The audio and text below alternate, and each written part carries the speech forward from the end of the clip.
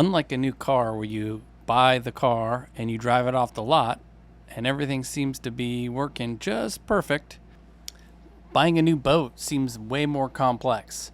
You buy it, you think you're going to drive it off the lot and just cruise, but that's really not what happens. You've got shakeout cruises, you've got some warranty work, you've got all these add-ons, and then, if you're lucky, then you get to go out and cruise.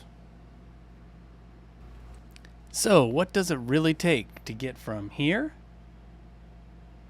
to here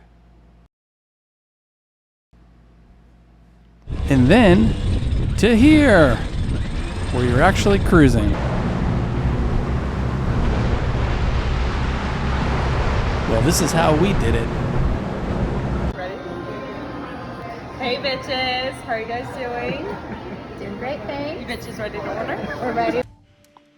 The order process is really 3 steps.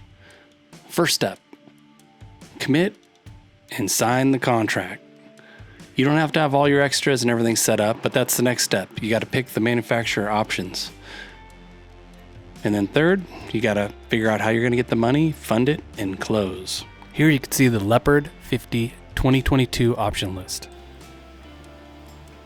The option list with Leopard was long and overwhelming, and we had to ask ourselves the question, is it something we really needed? Would it be helpful or useful, or would it be something you pay for the upgrade and then don't even use it? So we put a lot of thought into choosing the options we chose, and we did choose to do also a lot of aftermarket stuff with Just Cats. So to get started, We started with the faux leather artesian colored leather, full-length mirrors in all 4 cabins, and the salon blinds, front and side windows. And we also wanted to get the salon table convertible to a coffee table and to a bunk, so when we do our passages, we could sleep pile there. We spoke to a lot of people about this one, the upgraded Yanmar 80 horse instead of the 57 horsepower engines. Then we went with the Fusion stereo system because, you know, we all need music. And the Raymarine. We didn't really have a choice with this, so we kind of went all in with Raymarine. It's the autopilot, the color HD, color radar, front-facing camera, and then the AIS all through Raymarine. On to the next page. We went with the 12 kilowatt global shore power system and a universal outlet sockets. We went with a 100 amp battery charger, GFI outlets in the heads, and we went with 2 additional 3000 watt inverters. Our plan was to go to lithium, but Leopard only offered 100 amp hour lithium batteries, and so we waited to do this till aftermarket, as you could get 300 amp hour lithium batteries. But we did swap out and go with AGM batteries. We had to do the ventilation fans because you need a fan. We also did the 9 kilowatt Northern Lights genset and the air conditioning. We had heard that could be quite a hassle trying to do that in aftermarket. And finally, we opted for the electric main sheet winch.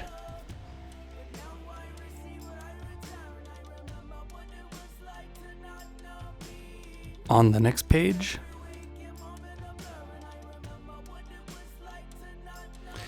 we checked the option for provision for TVs in the owner's cabin and the salon area, as well as a Sterling alternator, which includes a button to link the batteries at the helm. We went with electric freshwater flushing toilets, and upgraded 11-gallon water heaters. We did go with washer dryer and some deck fitting for freshwater and saltwater pump, and a stern shower, hot and cold.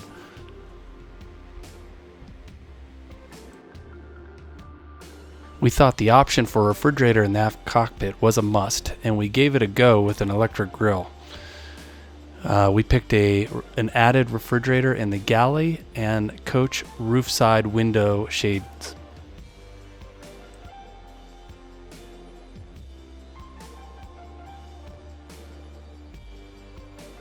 And the final page.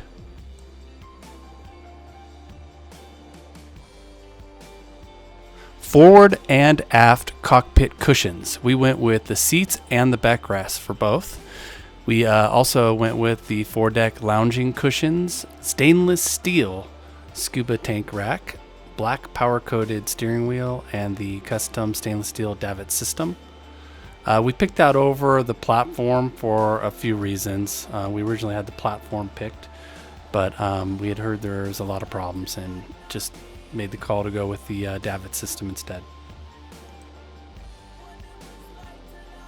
We chose to add the asymmetric spinnaker running rigging. We didn't actually add the spinnaker, but we did have the boom cover, stack pack, and a bowsprit with the roller furler added. We did opt for the upgraded Super T lines, which I would, in hindsight, not do. Those lines were so stiff, we've already replaced them. We do wish Leopard would upgrade their option list because some of it seems outdated or impractical. We went with the 55-pound Delta anchor, the 330 feet of added chain, the black fenders. Some of these you had to kind of pick. They weren't options for transport and documentation, for example. Coast Guard safety package, the post-delivery commissioning, the freight delivery. And then we had our Leopard, we had the 50 sticker taken off the bow, just actually never put on the bow because we already knew we were going to put the Scooby logo there.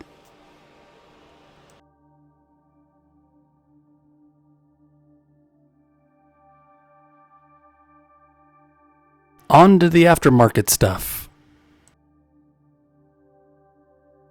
We were lucky enough to have Nance and Underwood rigging do a bunch of our aftermarket work. We lowered our boom. We installed our Code Zero to be able to be managed from the helm. And we had a bunch of other work, and they were just really on top of it. That's a great outfit if you're going to do any type of rigging work near Fort Lauderdale. Laurent at Just Cats was our go-to for most of our aftermarket stuff. We went with a tricolor on the mast, buttons for the RMK-10, which is for the Axiom 12-inch in the helm, the transom lights. We had the 300 amp hour lithium batteries. I think I mentioned that Leopard only had 100 amp hour lithium batteries is an option. The Quattro 5000 inverter. We had the BMB 712, a Victron color control. We had to have all of our wiring kind of upgraded for the lithium. We went with a Spectra 1000 water maker and a Max prop. We had some red lights put in, a rub rail. We also had to fabricate a custom stainless steel frame to accommodate 4 370 SunPower solar panels, each with their own controllers. We added a deck wash fitting at the stern, inline racors, life raft relocation cradle to the top instead of in the back locker area, which was hard to get to.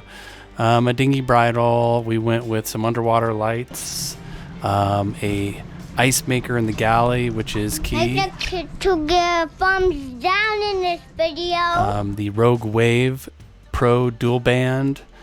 Some stainless steel steps that go from the salon up to the helm for the kids to make that a little easier. And then we had a couple of these other options here. The Echo Pilot we did not go with. We need that one to be tested with somebody before we're going to buck up that much for it. Since we lowered the boom and Leopard did not work with us on that one to give us the option to give the 50p sail, we had to scrap that sail, and we ended up getting new sails. So we went with the North sails, partially because they are neighbors to us here in Incline Village in Minden, Nevada. So we thought that was kind of cool and did a tour. That tour we'll do a video on because it was so cool to see the technology in their sails. But we did a high roach main out of the 3DI Endurance, which is just, these are amazing sails. We swapped out the furling Genoa. We did get a Code Zero, and then we had a custom asymmetric spinnaker that has our Golf Nut logo on it. We used Juan at Specialty Marine Products to do the Plas deck, and we did the Plas deck all over. We did the forward cockpit, the helm area, the helm steps, the aft cockpit, the aft transom steps, the sugar scoops, the fly bridge. We did it in the heads and shower area. And I gotta say, this was one of the best companies we worked with when we were doing the aftermarket stuff with Juan here. It's great quality, and he is really good at communicating and showed up whenever he said he was going to show up. And then a few times that even when he didn't say he was going to be there. So can't recommend him enough. We use Creative Canvas to do all of our canvas work. Vlad and Maine there were great to work with. We ended up with a full cockpit enclosure, a helm enclosure, and we opted for some mesh shading that would go on those.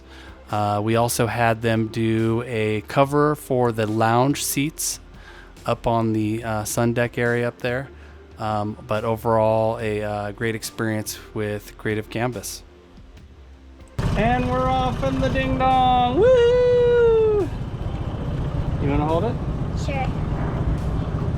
I think we could go on and on with aftermarket stuff. We ended up with Hobie Cat iTrex, the 9s. We ended up putting some Scooby transom steps and helm step from stainless steel fabricators, Jean.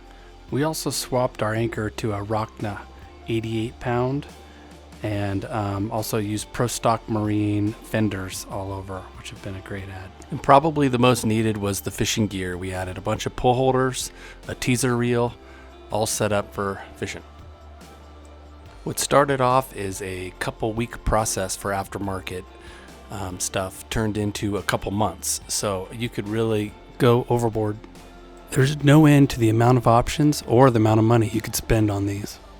You know, it's just basically to try to think about all the things that you think you're going to need or want on your kind of first year out. And we may have overdone it. At some point, we'll do a video on if we would pick these same options again, if we were to do the same process. But I would like to thank Happy Together. Randy helped out a ton. Carl Nelson with lowering the boom. He kind of went right before we did on this, so we learned a ton from him. But overall, maybe buying a used boat could have been easier. But we're happy the way it turned out.